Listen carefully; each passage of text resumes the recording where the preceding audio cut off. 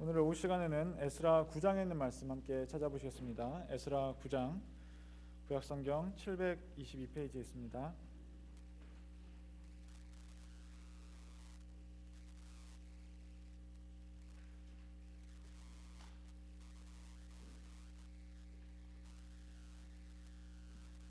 에스라 9장 1절에서 15절까지의 말씀 중에 제가 1절에서 6절까지 말씀만 봉독을 하도록 하겠습니다. 에스라 9장 1절. 이 일 후에 백성들이 내게 나와 가로되 이스라엘 백성과 제사장들과 레위 사람들이 이 땅 백성과 떠나지 아니하고 가나안 사람과 헷 사람과 브리스 사람과 여부스 사람과 암몬 사람과 모압 사람과 애굽 사람과 아모리 사람의 가증한 일을 행하여 그들의 딸을 취하여 아내와 며느리를 삼아 거룩한 자손으로 이방 족속과 서로 섞이게 하는데 방백들과 두목들이 이 죄에 더욱 으뜸이 되었다 하는지라. 내가 이 일을 듣고 속옷과 겉옷을 찢고 머리털과 수염을 뜯으며 기가 막혀 앉으니 이에 이스라엘 하나님의 말씀을 인하여 떠는 자가 이 사로잡혔던 자의 죄를 인하여 다 내게로 모여오더라. 내가 저녁 제사 드릴 때까지 기가 막혀 앉았더니 저녁 제사를 드릴 때에 내가 근심 중에 일어나서 속옷과 겉옷을 찢은 대로 무릎을 꿇고 나의 하나님 여호와를 향하여 손을 들고 6절 함께 읽겠습니다. 말하기를 나의 하나님이여 내가 부끄러워 낯이 뜨뜻하여 감히 나의 하나님을 향하여 얼굴을 들지 못하오니 이는 우리 죄악이 많아 정수리에 넘치고 우리 허물이 커서 하늘에 미침이니이다. 아멘. 오늘 오후 시간에는 에스라서 9장에 있는 말씀을 가지고 에스라의 회개라는 제목으로 함께 은혜를 나누고자 합니다. 우리가 알고 있는 대로 이 에스라라는 사람은요, 이 바사의 아닥사스다 왕 때에 두 번째로 2차 포로 귀환으로 다시 예루살렘으로 돌아온 사람입니다. 그래서 많은 백성들을 이끌고 이스라엘로 돌아온 사람이고요. 그리고 당시 이스라엘 백성들을 지도하는 역할로서 지도자로서 왔죠. 이 에스라는 아론의 후손이었고요. 그래서 제사장이었고, 그리고 또한 율법을 연구해서 가르친 학사로 기록이 되어 있습니다. 에스라서 7장의 말씀을 보시면요, 7장 5절에 보면은 에스라에 대해서 이렇게 소개를 하고 있습니다.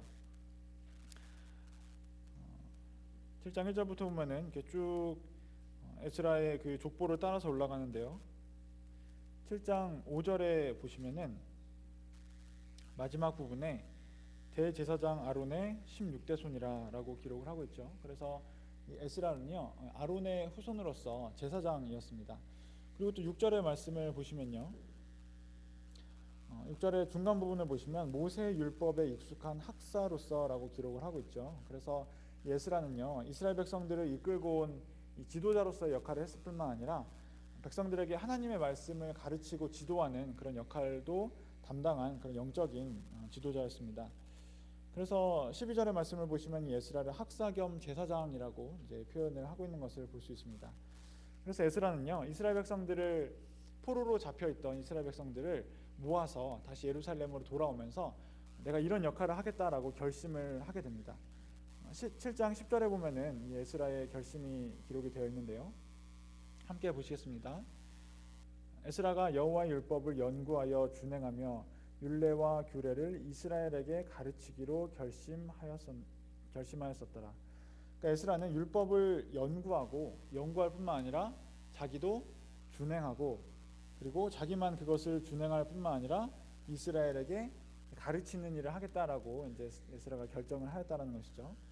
그래서 에스라가 이런 결심을 하고 왔고, 에스라가 이제 에스라서도 이제 기록을 하게 되었는데요.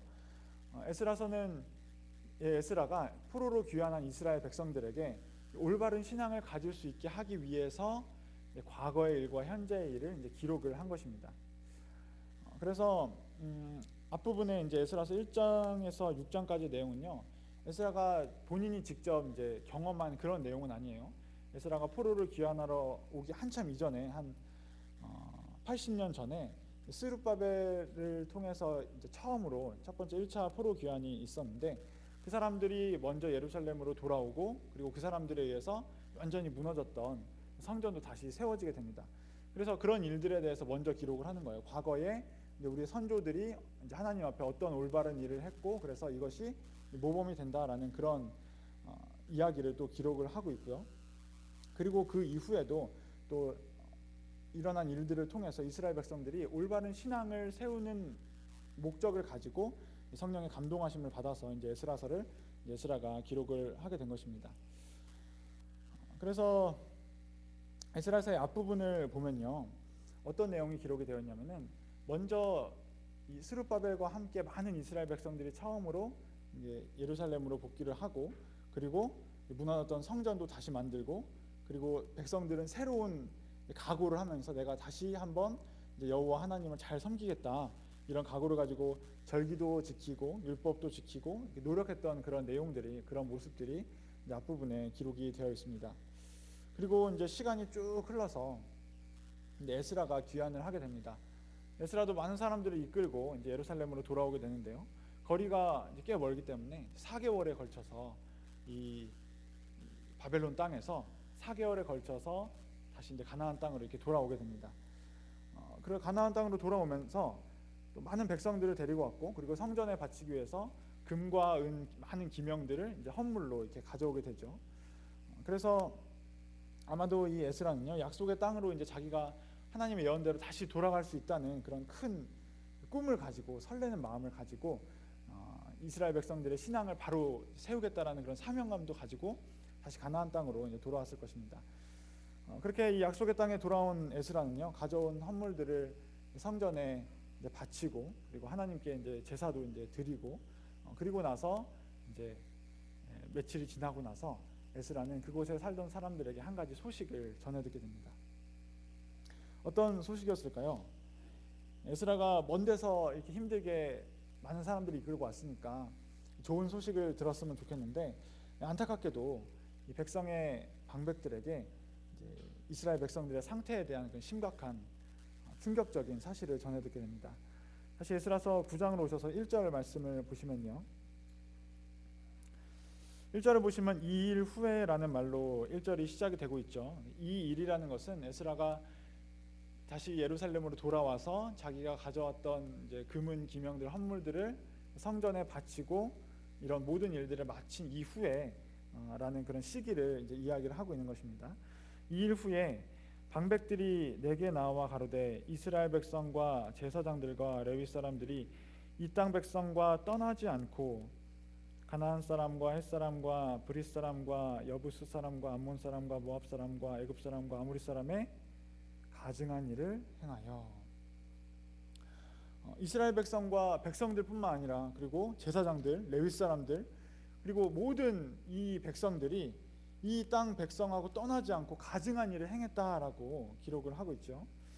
그래서 9절에 이제 뭐 가나안 사람, 이렇게 헷 사람 쭉 나오는데 그 부분 이제 싹 가로를 쳐놓고 보시면요, 이스라엘 백성과 제사장들과 레위 사람들이 이 땅 백성과 떠나지 아니하고 가증한 일을 행했다라는 소식을 전해 듣게 되었다는 것입니다.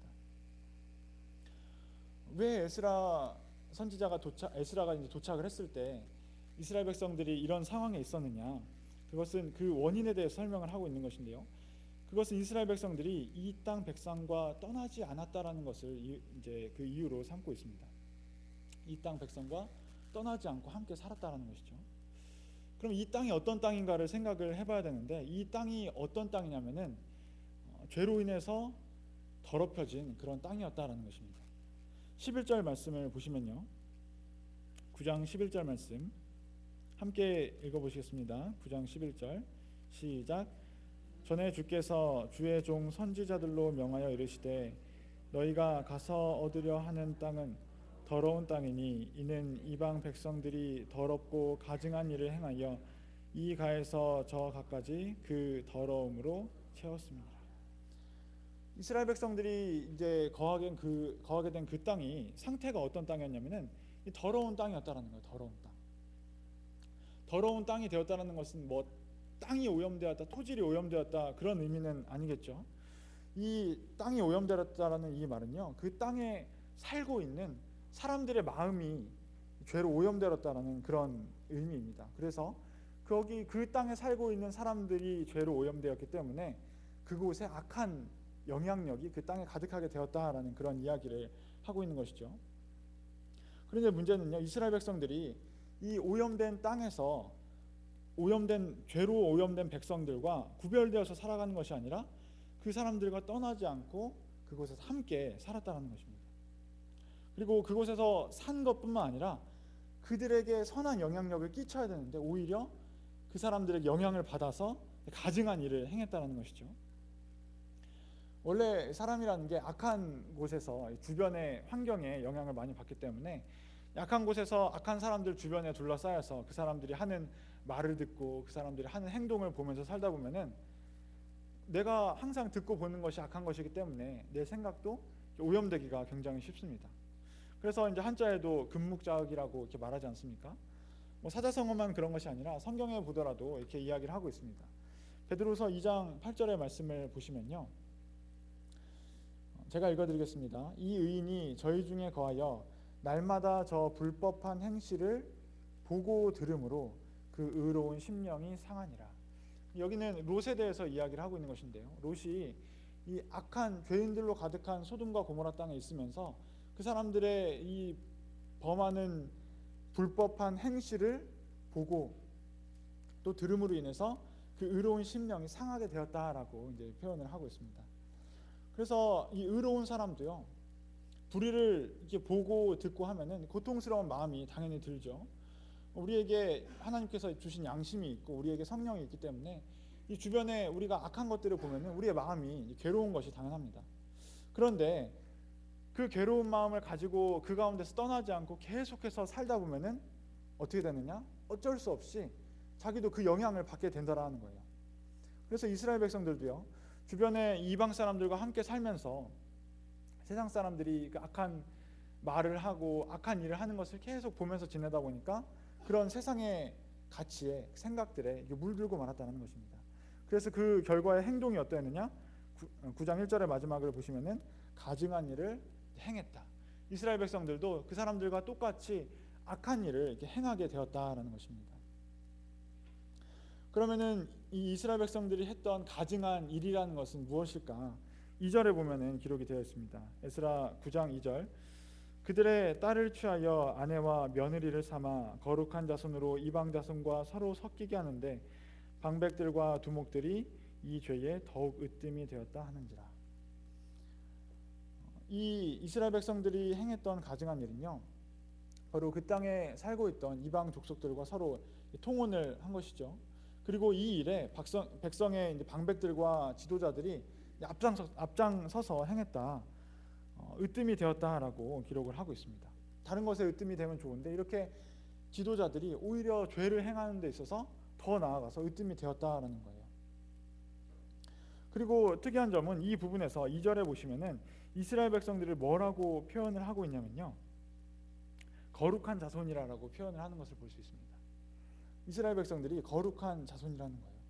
지금의 상황만 놓고 보면은 이스라엘 백성들은 전혀 거룩한 백성으로서 살고 있지 않죠. 그 모습 또한 거룩하지가 않습니다.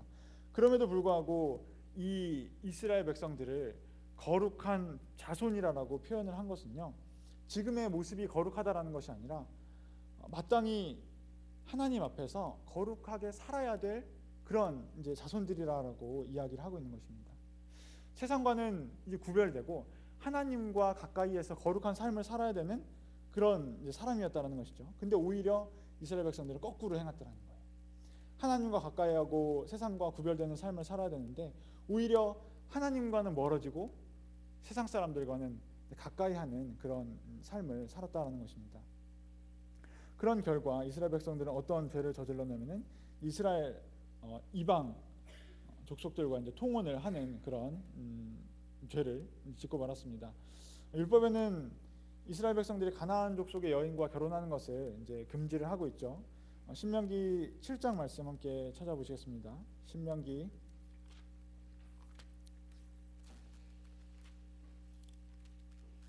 7장 3절에서 4절 말씀 보시겠습니다.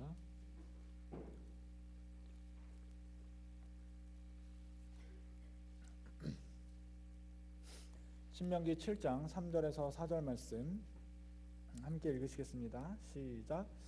또 그들과 혼인하지 말지니 네 딸을 그 아들에게 주지 말 것이요 그 딸로 내 며느리를 삼지 말 것은 그가 내 아들을 유혹하여 그로 여호와를 떠나고 다른 신들을 섬기게 함으로 여호와께서 너희에게 진노하사 갑자기 너희를 멸하실 것임이니라. 그래서 분명 율법에는 이스라엘 백성들에게 가나안 여인들과 결혼하지 말라라고 이제 명령을 하고 있습니다. 그런데 그 이유가 무엇이냐, 왜 그것을 금지했느냐 하면은 이렇게 이방 사람들과 통혼을 하게 되면은 이방 사람들의 유혹을 받아서 우상 숭배를 하게 되더라는 거예요. 그것을 막기 위해서 이제 금지를 했다라는 것이죠. 이 과거에 솔로몬 왕도 이 유혹에 빠져서 많은 이방 여인들과 결혼을 하고 그 우상을 많이 받아들여서 온 나라를 우상 숭배로 이렇게 가득하게 하지 않았습니까? 그래서 하나님께서는요, 이스라엘 백성들에게 이 이방의 우상 숭배하는 사람들과 결혼을 하지 말라라는 그런 명령으로서 이 통혼을 이제 강력하게 이제 금지를 한 것입니다. 또 출애굽기 34장의 말씀을 보더라도요, 16절의 말씀을 보시면요, 이렇게 기록을 하고 있습니다. 또 내가 그들의 딸들로 내 아들들의 아내를 삼음으로 그들의 딸들이 그 신들을 음란히 섬기며 내 아들로 그들의 신들을 음란히 섬기게 할까 함이니라. 그러니까 왜 이스라엘 백성들에게 이방 사람들과 결혼을 하지 못하겠느냐, 그것은 바로 이 악한 영향을 받을까 봐였다는 것이죠. 그리고 가장 큰 문제는 뭐였느냐, 하나님을 섬기는 그 순수한 신앙을 잃어버리고 우상 숭배로 나아갈까 해서 이제 그것을 이제 금지를 했다라는 것입니다. 특히나 지금 이 에스라의 시대에 와서 에스라가 다시 한번 이것에 대해서 강조를 하는 것은요, 그 시기의 중요성이 있습니다. 에스라가 다시 포로로 이제 귀환을 하지 않았습니까? 하나님에 대한 신앙도 많이 약해진 상태이고 예배도 이제 이렇게 허물어진 그런 상태에서 다시 포로 생활에서 돌아와서 이 무너진 신앙과 선민 공동체로서의 이 신앙을 다시 한번 회복시켜야 되는데, 이 시기에 가장 위협이 되는 것이 무엇이었느냐? 바로 이렇게 하나님에 대한 신앙을 무너뜨리는 이런 우상 숭배의 위협이 있었다는 것입니다. 그래서 에스라는 오직 하나님만 섬기는 것을 올바로 세워야 될 이 시대에 백성들이 이방 여인들과 결혼을 하고 백성의 지도자들이 이 일에 앞장서는 그런 상황을 보면서 이렇게 분개를 했던 것이죠. 이 소식을 들은 에스라의 반응이 이어서 3절에 기록이 되어 있습니다. 에스라 9장 3절로 오시면요, 이 모습을 본 에스라의 반응이 기록이 되어 있습니다. 내가 이 일을 듣고 속옷과 겉옷을 찢고 머리털과 수염을 뜯으며 기가 막혀 앉으니. 에스라는 이 백성들의 소식을 접해 듣고요, 슬픔과 분노가 가슴속에 막 치밀어 올랐습니다. 그래서 속옷과 겉옷을 확 찢어버릴 만큼 슬픔과 두려움이 가득 찼고, 또 자기의 머리털과 수염을 잡아서 뜯을 만큼 이 불같이 의로운 분노가 그 에스라의 마음속에 올라왔다는 것이죠. 이 정도로 에스라가 들었던 소식은 충격적이었습니다. 그래서 에스라는 완전히 이제 기가 막혀서 넋을 잃고 이렇게 주저앉게 된 것이죠. 왜 이스라엘 백성들이 이 가나안의 많은 이방 족속들과 통혼을 했다는 이 사실이 에스라에게 이토록 충격적인 사실이었을까? 왜 이 사실이 에스라가 기가 막혀서 옷을 찢을 만큼 충격적인 사실이었을까요? 그것은 이스라엘 백성들이 다시 포로에서 돌아와서 성전까지 쌓아놓고 하나님을 잘 섬기기로 했던 상황에서, 그런 모습에서 다시 한번 타락했기 때문입니다. 하나님께서는 이스라엘 백성들을 이제 멸망시키셨죠. 그리고 왜 이스라엘 백성들을 멸망시키셨냐 하면은, 그때에도 이스라엘 백성들이 하나님을 섬기지 않고 우상을 숭배하고 이런 죄를 지었기 때문에 하나님께서는 이스라엘 백성들을 멸망시키신 거였습니다. 그런데 하나님께서 그 흩으신 이스라엘 백성들에게 다시 기회를 주시고 그들을 불쌍히 여기셔서 겨우 이스라엘 백성들을 다시 불러 모으시고 회복시켜 놓으셨는데, 그래서 성전까지 다시 만들고 하나님에 대한 신앙을 이제 다시 한번 세워보려고 마음을 먹었는데, 그때 이스라엘 백성들이 또 어떻게 했느냐? 똑같이 예전에 저질렀던 그 죄를 똑같이 범했다는 것입니다. 그래서 에스라가 이 사실에 이제 충격을 받을 수밖에 없었다는 것이죠. 겉모습은 이제 그럴싸하게 회복이 되어 가는데, 성전은 이제 만들어졌고 이제는 뭔가 회복이 된 것 같이 겉모습은 그럴싸하게 됐는데 속은 다시 한번 이제 타락되고 있었다는 거예요. 이런 모습이 우리에게도 많이 일어나지 않습니까? 이 모습이 에스라에게 너무나 충격적이었기 때문에 에스라가 이제 털썩 주저앉고 말았죠. 그래서 이 저녁 제사 드리는 시간까지 오랜 시간 동안 이렇게 주저앉아 있었습니다. 그런데 이 모습을 보고 사람들이 에스라에게 나아오게 됩니다. 4절의 말씀을 보시겠습니다. 에스라 9장 4절. 이에 이스라엘 하나님의 말씀을 인하여 떠는 자가 이 사로잡혔던 자의 죄를 인하여 다 내게로 모여오더라. 내가 저녁 제사 드릴 때까지 기가 막혀 앉았더니. 에스라가 옷을 찢고 이렇게 있는 모습을 보니까 이스라엘 백성들 가운데서도 에스라와 같은 마음을 품은 사람들이 있었다는 거예요. 에스라 말고 또 누가 그런 사람들이 있었습니까? 하나님의 말씀을 인하여 떠는 사람들. 하나님의 말씀을 인해서 떠는 사람들이 있었다는 거예요. 이 사람들은 어떤 사람들이냐? 이 죄로 물든 이 세상 가운데에서 여전히 하나님을 경외하고 하나님의 말씀을 소중히 여겼던 그런 사람들이 있었다는 것입니다. 하나님께서는요, 이런 사람들을 남겨놓으셔서 이런 사람들을 통해서 기도하게 하시고 그리고 하나님 나라를 이어가게 하신다는 거예요. 에스라도 먼저 이 모습을 보면서 모습을 백성들의 죄악을 보면서 하나님을 경외하는 마음이 있었기 때문에, 그리고 죄악된 모습이 하나님의 말씀에서 벗어난다는 그런 안타까움이 있었기 때문에 이렇게 옷을 찢는, 마음을 찢는 그런 모습을 보이게 됩니다. 그런데 에스라가 이렇게 이스라엘 백성들, 다른 사람들의 죄를 보고서 이런 반응을 보인 것은요, 그 이유가 무엇이었느냐? 이스라엘 백성들이 남이 아니라 바로 자기의 동족들이라고 생각했기 때문입니다. 다른 민족이 아니라 자기의 형제자매이고 이스라엘이 나의 가족이라고 생각했기 때문에 그런 마음이 들었다는 것이죠. 만약에 에스라가 마음속에 다른 사람들, 이스라엘 백성들은 나랑 전혀 상관도 없는 사람들이고 나와는 남이다라고 생각을 했다라면은 에스라의 마음속에 이런 분노가, 슬픔이 치밀었을까요? 아마 그렇지 않았을 것입니다. 이스라엘 백성들이 하나님의 백성이고 나도 하나님의 백성이기 때문에 우리는 같은 이제 동족이라는 그런 마음이 있었기 때문에, 가족이라는 그런 마음이 있었기 때문에 이스라엘 백성들의 죄를 보고서 에스라가 이렇게 가슴 아파할 수 있었던 것이죠. 이 에스라는 하나님의 제사장으로서 또 백성들에게 하나님의 말씀을 가르치는 학사로서 하나님의 양들, 이스라엘 백성들을 사랑하는 그런 마음이 있었고 또 하나님을 경외하는 마음이 있었기 때문에 이러한 반응이 나올 수가 있었다는 것입니다. 우리 가운데서도 이러한 마음이 있나 생각을 해봤으면 좋겠습니다. 우리 마음 가운데 하나님의 말씀을 사랑하고 뿐만 아니라 거기서 시작되어서 이 하나님의 백성을 사랑하는 마음이 우리 가운데 있냐라는 것이죠.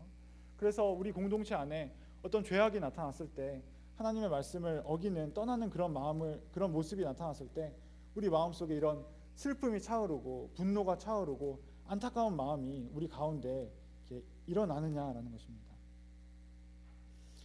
우리가 우리 가운데 죄를 보고 우리 주변의 형제자매들의 하나님을 떠나는 모습을 보면서 우리 마음 가운데 안타까운 마음이 들고 슬픔이 차오르려면요, 결국은 우리 마음 가운데 하나님을 사랑하는 마음이 있어야 되고, 그리고 우리가 하나의 공동체라는, 하나의 가족이라는 그런 마음이 있어야지 가능한 일입니다.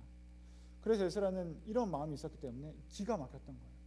백성들이 죄를 짓는 모습을 보면서 자기의 이제 기가 막혔다는 것이죠. 여러분들은 요즘 어떤 일에 기가 막히십니까? 어떤 모습을 보면서 기가 막힌 그런 감정을 느끼시나요? 우리가 쓸데없는 일을 보면서 기가 막힌다라고 하면 문제가 있겠죠. 다른 사람들이 잘 되는 일을 보면서 아이고 기가 막혀서 막 배가 아프고, 그리고 이렇게 뭐 작은 일을 보면서 기가 막혀 한다거나 그러면 어디가 문제가 있는 것입니다. 또 우리가 우리 가운데 죄가 나타남에도 불구하고 우리 가운데 하나님을 떠나는 사람들이 있고 하나님께 죄를 짓는 사람들이 있음에도 불구하고 그런 모습을 보면서도 내가 기가 막히지 않고 내 마음이 평안하다라고 한다면은 그것도 우리에게 어딘가 문제가 있다는 거예요. 그래서 에스라는 이 하나님의 백성들이 하나님을 떠나서 죄를 짓는 모습을 보면서 기가 막혀서 마음을 찢는 이런 행동을 하게 된 것입니다. 이어서 에스라서 9장 5절 이후부터 이제 15절까지의 말씀을 쭉 보시면요, 여기는 어떤 내용이냐면 에스라가 하나님 앞에 나아가서 회개 기도를 하는 내용입니다. 에스라는요, 이스라엘 백성들이 죄를 짓는 그 소식을 전해 듣고 그냥 마냥 가슴이 아파서 눈물만 줄줄 흘리고 주저앉아서 가슴만 치고 화만 내고 그랬느냐? 그렇지가 않았습니다. 물론 사람이기 때문에 그런 감정이 이제 드는 것은 마땅하죠. 이제 그 의분이 차오르고 그리고 슬픈 마음이 드는 것은 마땅하지만 그런 인간적인 감정이 나온 이후에 그 이후에 이제 에스라는 신앙적인 태도를 보여주게 됩니다. 낙심해서 힘이 풀려서 주저앉았던 다리를 일으키고 하나님 앞에 무릎을 꿇었다는 것이죠. 그리고 하나님께 손을 들어 올리고 죄를 자백하고 회개 기도를 하나님께 드린 모습을 볼 수 있습니다. 5절에서 6절에 보시면은 이제 에스라의 회개 기도가 기록이 되어 있죠. 저녁 제사를 드릴 때까지 내가 근심 중에 일어나서 속옷과 겉옷을 찢은 대로 무릎을 꿇고 나의 하나님 여호와를 향하여 손을 들고 말하기를 나의 하나님이여 내가 부끄러워 낯이 뜨뜻하여 감히 나의 하나님을 향하여 얼굴을 들지 못하오니 이는 우리 죄악이 많아 정수리에 넘치고 우리 허물이 커서 하늘에 미침이니이다. 이 에스라는요, 이 에스라가 하나님께 회개의 기도를 드린 모습을 보면요, 먼저 죄를 지은 사람이 하나님 앞에서 어떤 태도를 보이느냐가 기록이 되어 있습니다. 하나님 앞에서 너무나 죄송하고 부끄러운 마음이 들어서 얼굴이 뜨거워서 부끄러워서 고개를 들지 못하겠다라는 그런 마음을 고백하고 있죠. 이것이 하나님 앞에서 바른 양심을 가진 사람의 첫 번째 태도입니다. 자기의 죄를 깨닫고 하나님 앞에 나아가니까 너무나 부끄러워서 고개를 들 수가 없고 겸손하게 무릎이 꿇어지더라는 것이죠. 그래서 이런 사람들이 양심이 살아있는 사람입니다. 그런데 사람이 죄를 계속해서 짓다 보면요, 양심이 이제 상해지고 점점 이렇게 무뎌지게 됩니다. 그런 사람들은 하나님 앞에서 어떤 태도를 보이느냐? 오히려 이제 얼굴이 뜨뜻하지가 않아요. 철판을 깐 거죠. 얼굴이 이제 시원해지면서 고개를 뻣뻣하게 세우게 됩니다. 내가 하나님 앞에 잘못한 것이 뭐가 있느냐 이렇게 따지고 아무리 나는 되돌아봐도 하나님 앞에 죄가 없다라는 거예요. 그래서 하나님 앞에 회개 기도를 드리려고 생각을 해보니까 난 잘못한 게 생각이 나지가 않아요. 회개 기도를 하나님한테 드리려고 하는데 내가 잘못한 게 떠오르지가 않으니까 회개 기도를 할 수가 없는 것이죠. 양심의 가책을 느끼지 않고 마음 가운데 부끄러운 마음이 들지 않는다는 것입니다. 성경은 이런 마음을 어떤 마음이라고 표현을 하느냐, 디모데전서 4장 2절에 보시면요, 양심이 화인 맞은 마음이다라고, 사람이다라고 표현을 합니다. 양심이 완전히 감각을 잃어서 이제 죄를 지어도 죄를 지은지 느끼지도 못하고 하나님 앞에 부끄럽고 죄송스러운 마음도 느끼지 못한다라고 한다면요, 이것이야말로 정말 큰 일이라는 것이죠. 내가 혹시 하나님 앞에 이렇게 양심에 화인 맞은 사람은 아닌지 우리가 되돌아봐야겠습니다. 그래서 이 에스라는요, 하나님 앞에 올바른 살아있는 양심을 가지고 자신의 죄에 대해서 이렇게 돌이키게 됩니다. 이스라엘 백성들의 죄죠. 그런데 6절부터 에스라의 기도를 천천히 살펴보시면요, 유독 반복해서 등장하는 단어가 하나 있습니다. 한번 눈으로 쭉 살펴보시겠어요? 6절부터 쭉 보시면은 반복해서 등장하는 단어가 있습니다.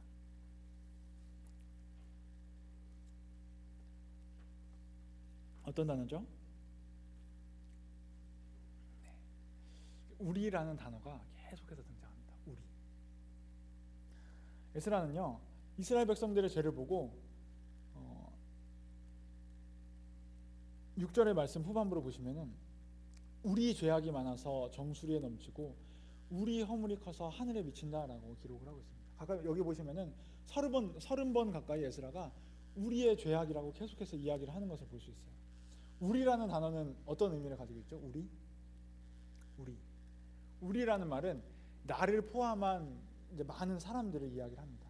그 가운데 내가 포함이 되어 있다는 거예요.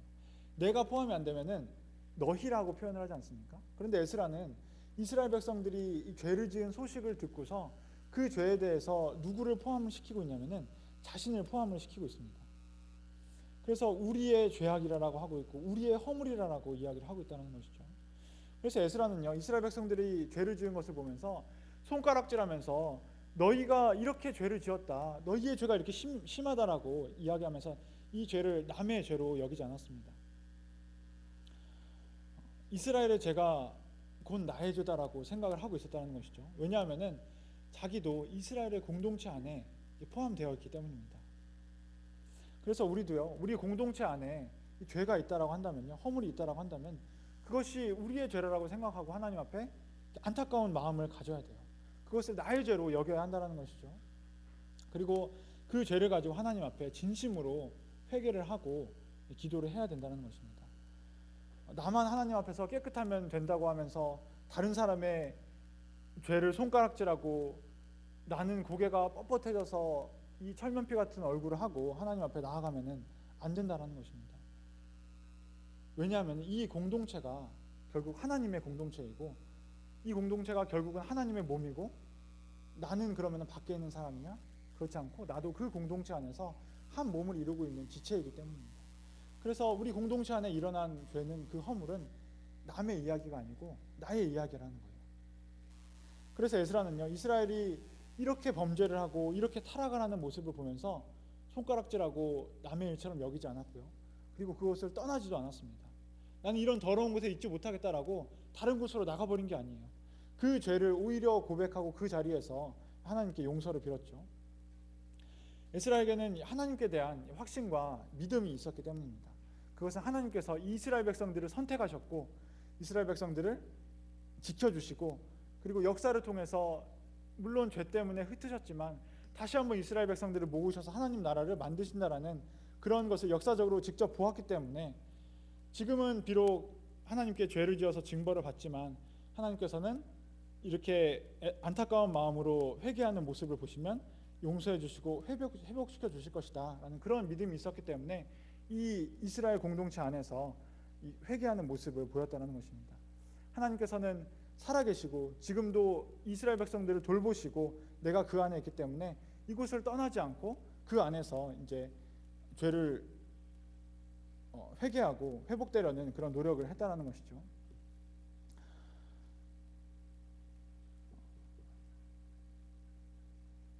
(7절에서 8절의) 말씀을 보시면요, 에스라는 이 역사를 통해서 그것을 깨달았습니다. 9장 7절에서 8절 말씀 함께 보시겠습니다. 우리의 열조 때로부터 오늘까지 우리 죄가 심함에 우리의 죄악으로 인하여 우리와 우리 왕들과 우리 제사장들을 열방 왕들의 손에 붙이사 칼에 죽으며 사로잡히며 노략을 당하며 얼굴을 부끄럽게 하심이 오늘날 같으니이다. 이제 우리 하나님 여호와께서 우리에게 잠깐 은혜를 베푸사 얼마를 남겨두어 피하게 하신 우리를 그 거룩한 처소에 박힌 목과 같게 하시고 우리 눈을 밝히사 우리로 종노릇하는 중에서 조금 소성하게 하셨나이다. 이 하나님이 역사하시는 모습을 보니까, 이스라엘 백성들을 보니까 이스라엘 백성들이 죄를 지었을 때는 하나님께서 이렇게 사로잡히게 하시고 부끄럽게 하시고 이렇게 흩으셨지만은 이스라엘 백성들을 버리시는 것이 아니라 다시 한번 불러 모으시고 조금 은혜를 이렇게 베풀어 주시고 다시 이렇게 살게 하시는 이런 모습을 통해서 하나님께서 살아계시고 우리 이스라엘 백성 가운데서 역사하시는구나를 이렇게 에스라는 믿고 깨달았다는 것입니다. 그래서 이 하나님의 은혜를 이렇게 입고도 다시 죄를 짓는 이스라엘 백성들을 보면서 에스라는 인간의 약함을 이렇게 깨닫고 그리고 하나님의 은혜밖에 구할 수가 없구나라는 것을 처절하게 깨달은 것이죠. 그래서 10절의 말씀을 보시면 에스라가 그 사실에 대해서 또한 고백을 하고 있습니다.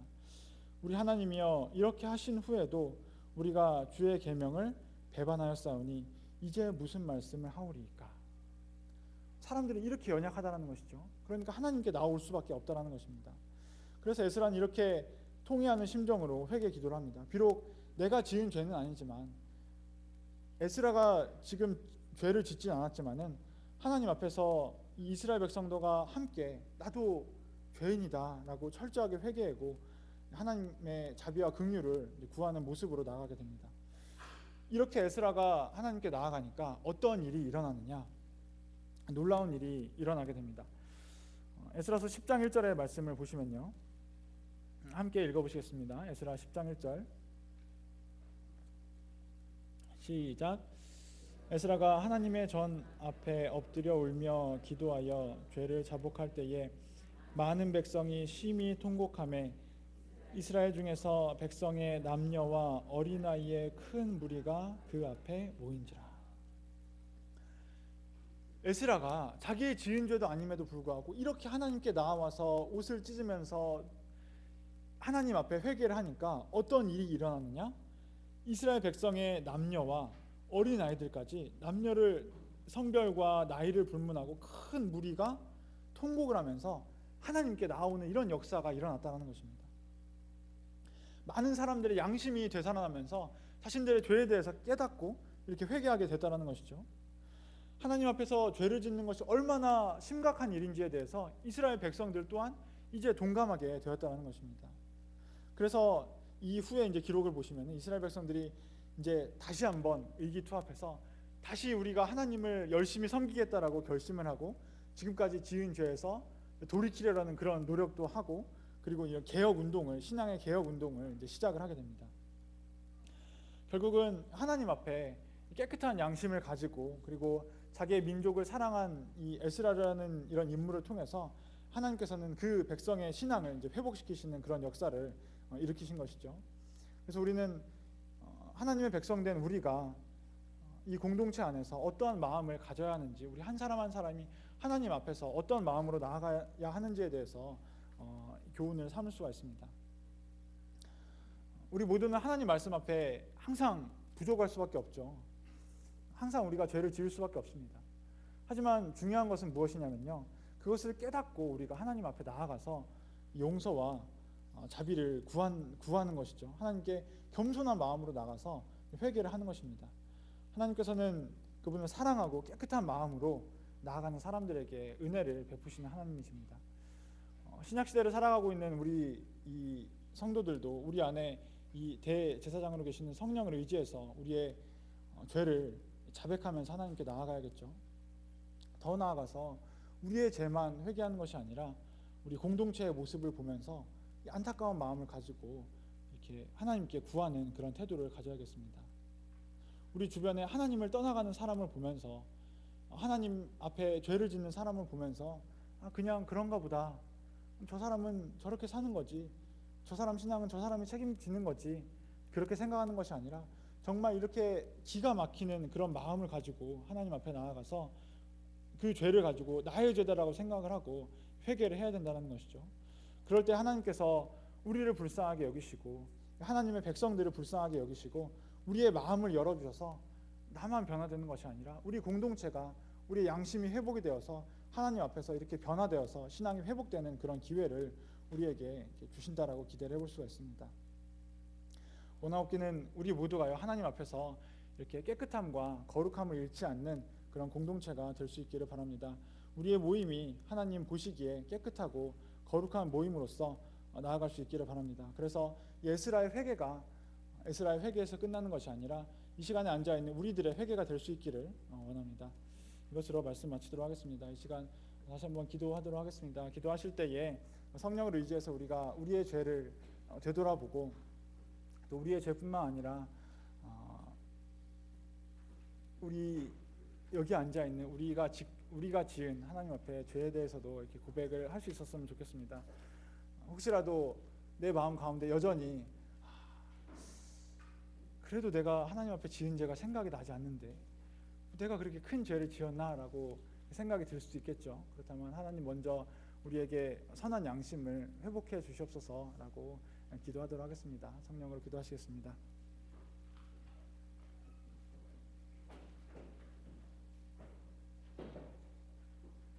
할렐루야. 주 예수 그리스도 이름으로 기도드리옵나이다.